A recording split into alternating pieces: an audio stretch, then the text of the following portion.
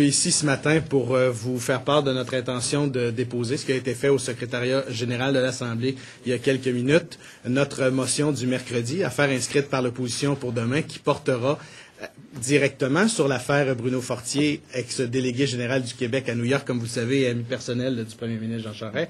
La question qui sera posée et ce sur quoi on souhaite obtenir l'appui du Parti québécois pour contraindre le gouvernement, c'est de faire entendre M. Fortier, M. Cloutier, sous-ministre et toute autre personne que jugera nécessaire la commission de mon collègue Gilles Taillon pour les contraindre à venir s'expliquer sur une histoire qui, vous le savez, est pleine de noirceur et pleine d'ombre. C'est pas commun, je vous dirais d'entrée de jeu, de voir une ministre tenter de protéger quelqu'un au détriment de sa responsabilité ministérielle, comme ça a été fait au cours des dernières semaines. J'ai relevé, et M. Dumont et moi-même l'avons fait vendredi, le chef de l'opposition officielle a demandé la démission de Mme Gagnon-Tremblay parce qu'elle avait induit la Chambre en erreur à plus de 10 reprises au cours des périodes de questions qui ont précédé aujourd'hui. Vous savez, cette histoire-là s'étire, le flou artistique perdure. De jour en jour, on en apprend davantage. Rien pour rassurer la population, rien pour rassurer les parlementaires que la ministre a dit tout vrai dans ce dossier-là. Alors, dans un premier temps, par respect pour les contribuables québécois, par respect pour notre institution, nous avons demandé la démission de Mme Gagnon-Tremblay. Mais dans un deuxième temps, parce qu'il est nécessaire d'aller au fond des choses pour faire toute la lumière dans l'affaire de Bruno Fortier, nous demandons à M. Fortier et à M. Cloutier et à toute autre personne qui sera jugée nécessaire d'être présent en commission parlementaire. C'est la motion que je déposerai demain. Oui? Est-ce qu'il y a une affaire de nature derrière le congédiement de M. Fortier? J'ai aucune idée. Nous, on a soulevé très précisément, vous regarderez le verbatim, une question de comportement.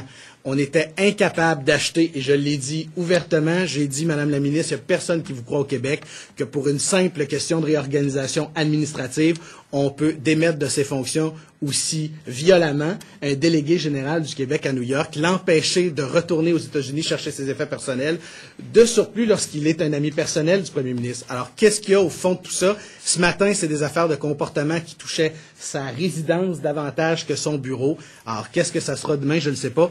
Moi, je ne peux pas vous répondre, mais j'espère avoir toute la lumière. Est-ce que si le PQ et l'ADQ sont d'accord, on peut contraindre les gens à venir...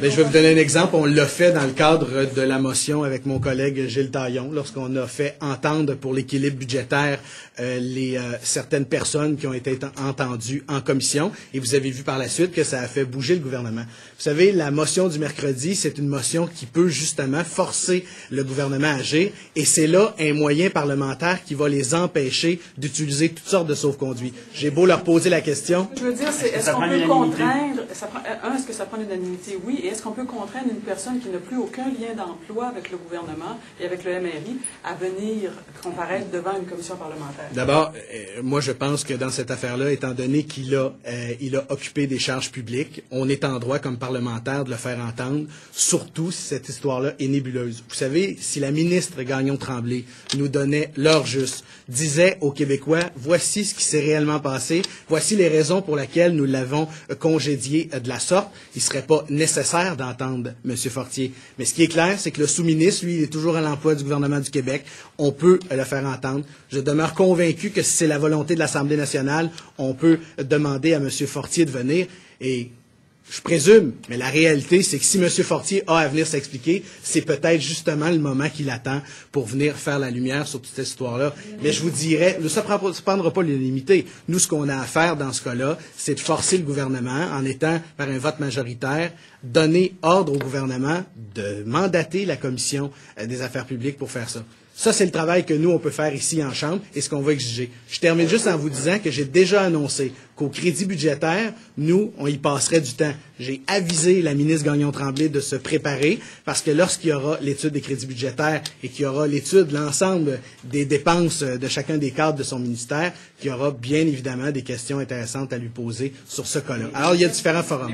Qu'est-ce qui va forcer de venir? S'il refuse, là, c'est sa propre force de loi, c'est pas une citation qu'on paraît. Je comprends que M. Fortier n'aura pas l'obligation de venir, Mais moi, je vous dis que si la pression publique et la nôtre, autant de notre côté que la deuxième opposition, est faite pour que le gouvernement, demain, à l'heure du midi, soit contraint de mandater la Commission des affaires publiques et de faire entendre son sous-ministre, je demeure convaincu qu'ils sauront le convaincre de venir ici faire toute la lumière sur une histoire qui est pas chic, là. Je vous rappelle que ce qu'a fait la ministre en protégeant M. Fortier sciemment, parce qu'elle l'a dit, qu'elle connaissait les histoires de harcèlement psychologique, mais qu'elle l'a fait pour protéger M. Fortier. Elle l'a pas fait pour protéger M. Fortier, M. Proulx. Elle dit qu'elle l'a fait comme employeur avec un comportement modeste, c'est-à-dire que semble-t-il qu'un employeur n'a pas le droit de révéler qu'il y a harcèlement psychologique à l'intérieur de son entreprise. Je comprends que là-dessus, vous ne la croyez pas quand elle dit qu'elle voulait simplement respecter une espèce d'éthique d'employeur. Je la crois pas. Moi, je pense pas qu'elle a fait ça pour ménager quoi que ce soit,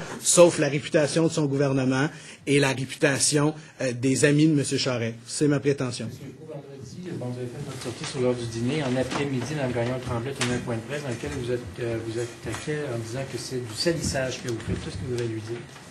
Moi, ce que j'ai à lui dire, c'est que la seule personne qui salit actuellement toutes les relations internationales, c'est la ministre. Vous savez, si M. Fortier a une tache à ses vêtements parce qu'il a fait quoi que ce soit, nous, ce qu'on veut, c'est la circonscrire pour qu'on puisse la connaître. La réalité de tout ça, c'est qu'aujourd'hui, là, c'est l'ensemble de l'œuvre qui est salie. C'est la délégation au complet qui se trouve salie par ça. Vous savez, je voyais le responsable des communications nous dire via les médias vendredi matin ou jeudi matin que lui, il n'avait pas du tout entendu parler de ces histoires-là. Ce qui est clair, c'est qu'elle a dit deux choses. La première, je n'ai rien caché à cette chambre, en disant que la raison, c'est une réorientation administrative. Et là, elle dit par la suite, à l'extérieur de la Chambre, qu'elle savait, pour les raisons que M. Plouffe a évoquées, en se faisant son porte-parole quelques instants, mais je vous le pardonne, en blague.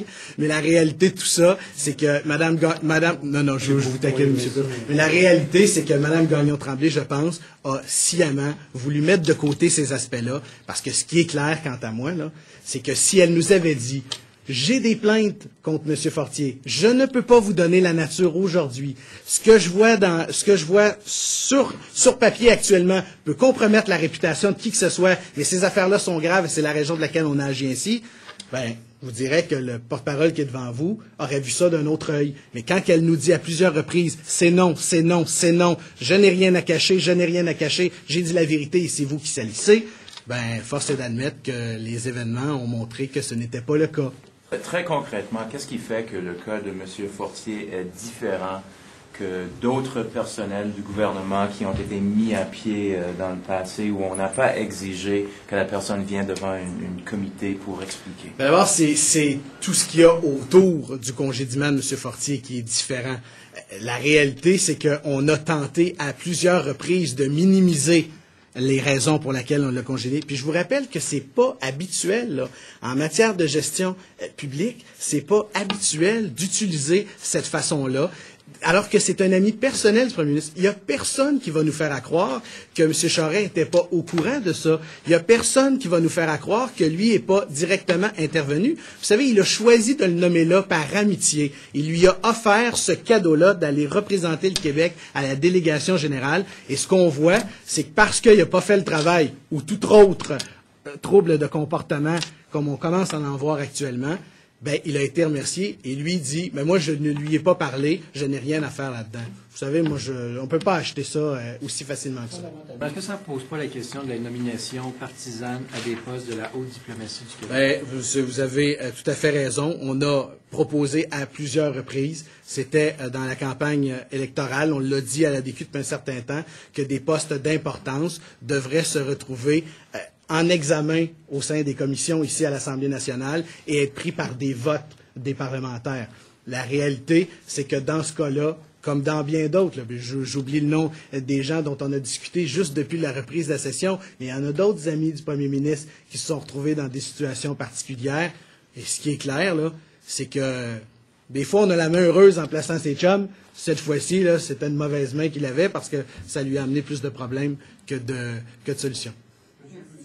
être contraint à venir? Est-ce que c'est la même chose? D'abord, il est toujours à l'emploi du gouvernement. Moi, je pense qu'on peut, à ce moment-là, comme société, s'attendre à ce qu'un sous-ministre vienne. S'il ne vient pas en commission parlementaire, je m'attends à ce qu'il soit présent à l'étude des crédits. Alors, soyez assurés qu'à une place ou à l'autre, on a quelques questions pour lui, bien évidemment.